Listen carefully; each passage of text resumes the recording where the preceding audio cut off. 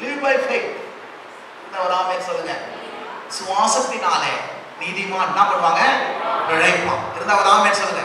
நீ பிழைப்ப, நீ வாழ்வ, நீ வெற்றி அடைவ, கர்த்தருடைய ஆசீர்வாதத்தை காண்ப, நீ கெட்டு போக மாட்ட. ஜீவனுள்ள தேசத்துல ஆசீர்வாதத்துல நீ மத்தியில கடந்து வந்தே ஆகுவ. கர்த்தரால் ஆகும்.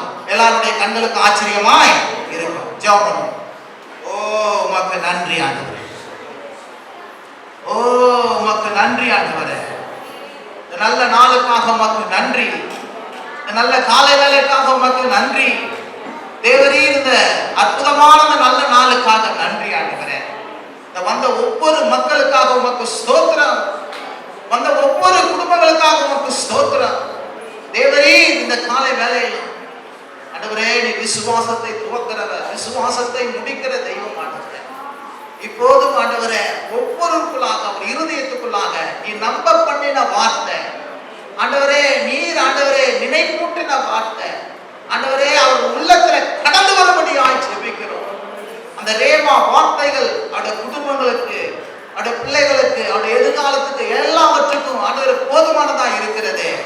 இப்போதும் அந்த வார்த்தையை எடுத்து விசுவாசிக்கத்தக்கதாக ஒரு பலன் தாங்க ஆண்டவரே.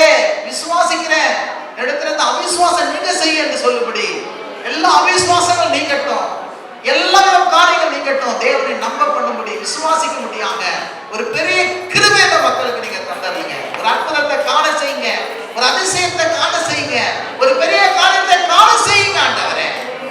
இயேசுவின் நாமத்தினால் அந்த குடும்பங்களை ஆசீர்வதிக்கிறோம் ஆண்டவரே, ஆசீர்வதிக்கிறோம்.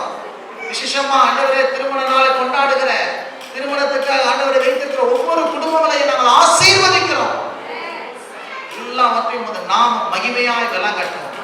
இயேசுவின் நல்ல நாமத்தினால் ஜெபிக்கிறோம் எங்கள் நல்ல பிதாவே, ஆமென். சொல்லுங்க. என் ஆத்துமாவே கர்த்தரை ஸ்தோத்திரி, என் முழு உள்ளமே அவருடைய பரிசுத்த நாமத்தை ஸ்தோத்திரி. என் ஆத்துமாவே கர்த்தரை ஸ்தோத்திரி, கர்த்தர் செய்த சகல உபகாரங்களையும் மறவாதே. ஆமென்.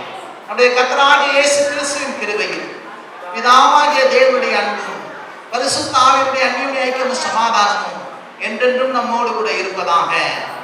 சென்று வாருங்கள், கர்த்தர்களை ஆசீர்வதிப்பாராக. ஒருவருக்கு ஒரு வாழ்த்து தெரிவித்துக் கொள்வோம்.